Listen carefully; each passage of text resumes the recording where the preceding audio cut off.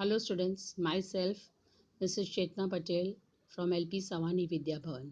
Students, today we are going to start with this chapter there. The name of the chapter is A Letter to God. Now before I start, I would like to relate this chapter with a movie. I do not know how many of you all have seen this movie. This chapter is related to a movie named OMG.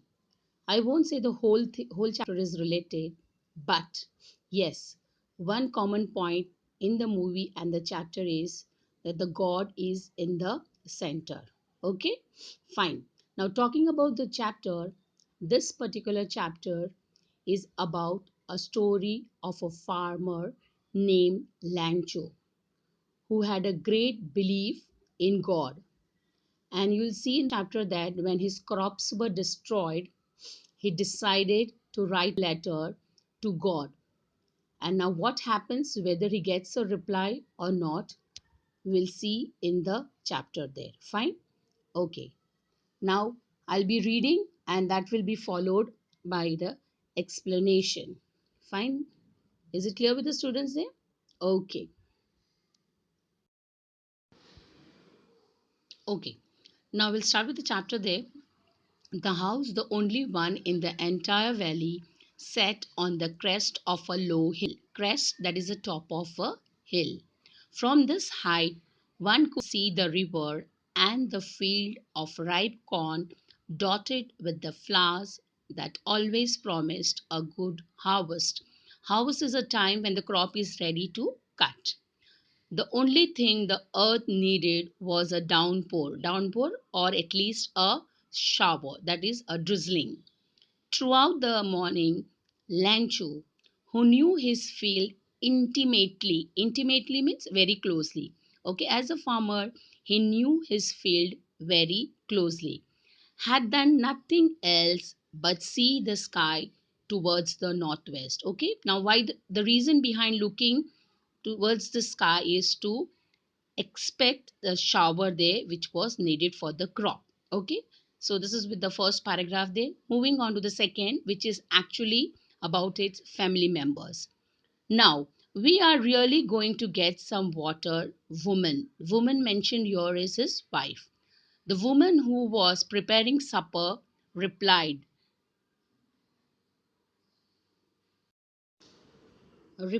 Yes, God willing. The older boys were working in the field while the smaller ones were playing near the house until the woman called to them all. Yes. So the woman also agreed to what Lancho said, that yes, if God wishes, of course, there would be shower there. Okay. Now, Lancho's family consisted of two boys and his wife there, where you can see the older boy was working in the field while the smaller one, the younger one, was playing near the house there. Now, when these things were going on, as the supper was ready, the woman called both the boys and for the supper there. So she called it out, Come for dinner. And it was during the meal time that, just as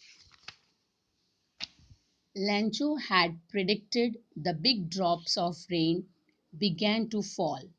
In the northeast, huge mountains of clouds could be seen approaching there.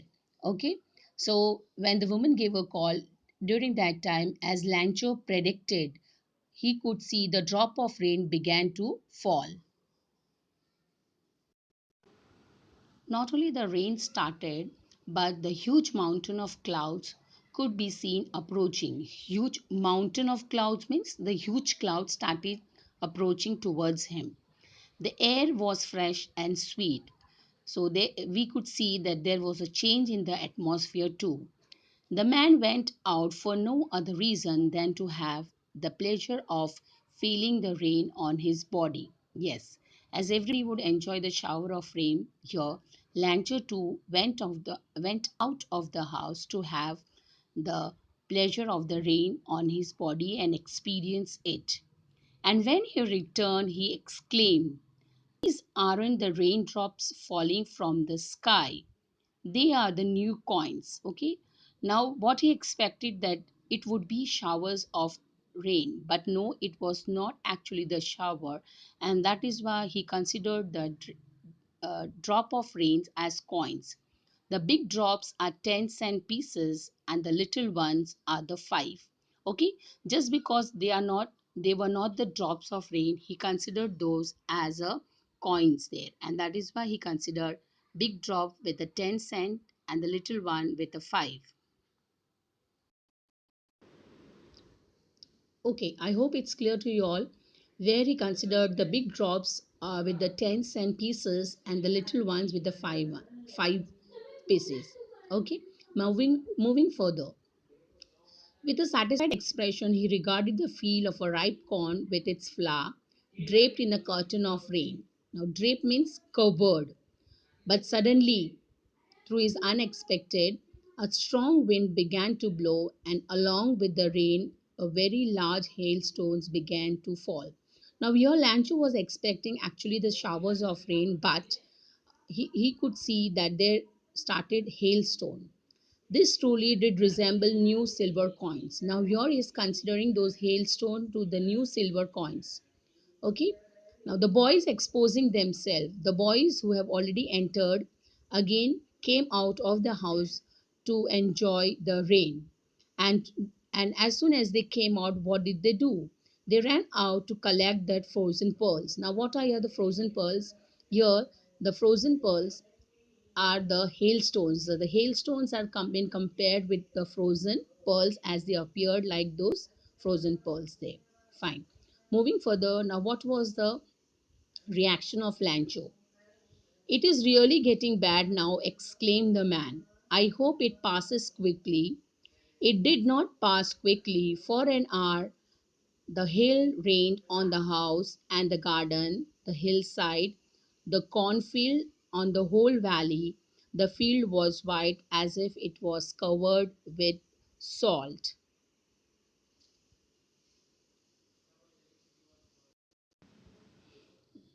Okay, now what the Langcho expected that it would stop, but no, it did not stop, but it continued almost for an hour, and that is why the hail rained and it covered almost everything around over there. The hail rained on the house, even the garden, the hillside, the cornfield, as on the whole valley. And the whole valley appeared as if it was covered with the salt. Again, here the salt is being used as a synonym with the snow. Now, just because of the hailstone, the condition was getting more worse. And that is why further what Lancho had to say. Not a leaf remained on the trees. The corn was totally destroyed. Now, due to the hailstone, the corn was totally destroyed. And looking at this, yes, of course, Lancho was very sad because this was the only means of Lancho to earn his livelihood. Okay. Now, due to the hailstone, what happened? Even the flowers were gone from the plants. Lancho's soul was filled with sadness. When the storm had passed, he stood in the middle of the field and said to his son, okay, so he stand, of course, he was very sad, and this were the words what he uttered to his son. He stood in the middle of the field and said that a plague of locust would have left more than this. The hail has left nothing. This year we will have no corn. And further he said, the night was sorrowful one. All our work for nothing. There's no one who can help us. We will go hungry this year. Now, as I said, that this was the only mean of to earn his livelihood, and that's why since the crops were destroyed, are left out with nothing. Now they'll have to starve for the whole year because the corns were totally destroyed. Okay, and on that particular night, yes, of course, it was a sorrowful one. And before that, what Lancho was trying to say that locust means the insects which fly in big swarms. Swarms means it's a collective noun. They come in a group and attack crops and they eat up all the corns or the crops which are ready. Now, what Lancho is trying to say that even if a swarm of locusts would have attacked, the crops would have not been destroyed to such an extent, uh, the harm what the hailstones have done. Okay, that is what the Lancho is trying to say. Okay, it is always said that no one dies of hunger, and that exactly what Lancho also believed.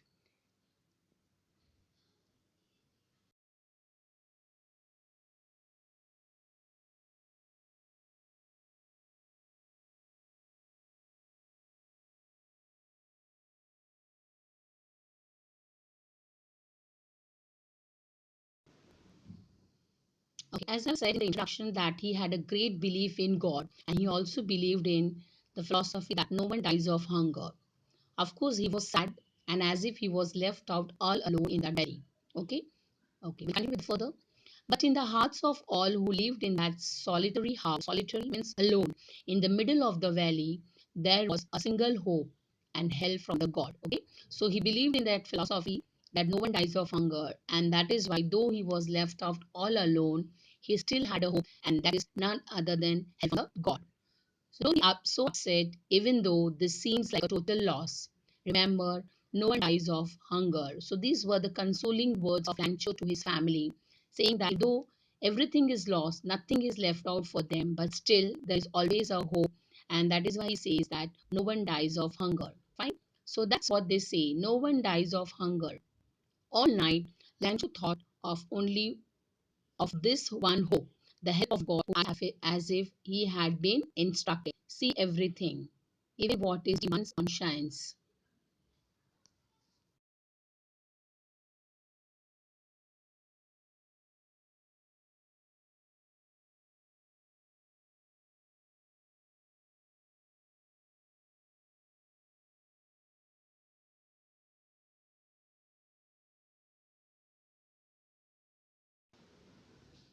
Now, here when he's talking of a believe in a deep conscience, students, you must have heard about that.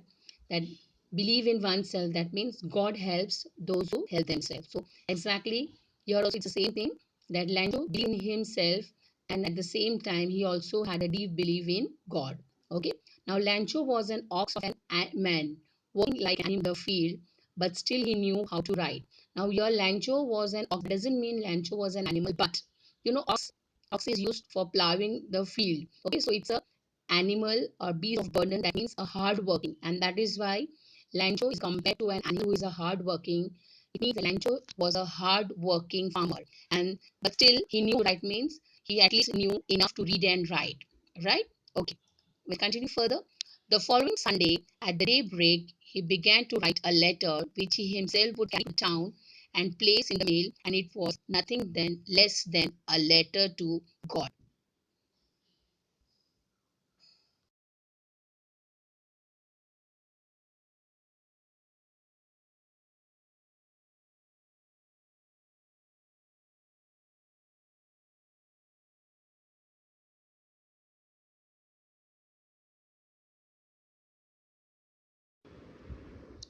So, as decided, the coming Sunday at the break, he began to write a letter which he himself would carry to the town. Okay, and the letter goes like this: God, he wrote, if you don't help me, my family and I will go hungry this year. I need 100 pesos in order to sow my field again and to live until the crop comes because the hailstorm. And then he narrated the whole story how his crops were destroyed due to the hailstorm. Okay. Now, what is currency? Peso. Peso is a currency of a several Latin American currency. Now, after narrating the whole story, he closed and folded and covered, put it in an envelope. He wrote to God on the envelope. So, on the envelope, we need to write the address, right? So, he wrote to God, put the letter inside, and still trouble went to the town. At the post office, he placed a stamp on the letter and dropped it into the mailbox. So, as decided, he wrote a letter to God and he took an envelope, placed the letter into it, and on the envelope he wrote, we need to write the address, right? So he wrote, to God. Then he went to the town and he went near the post office. There he took a stamp and he stamped on the letter and dropped it into the mailbox. Okay, so students, here we finished with half of the chapter, and I hope it is clear to you all. The next half of the chapter we will be doing in our next session. Okay, till then, bye and have a nice day.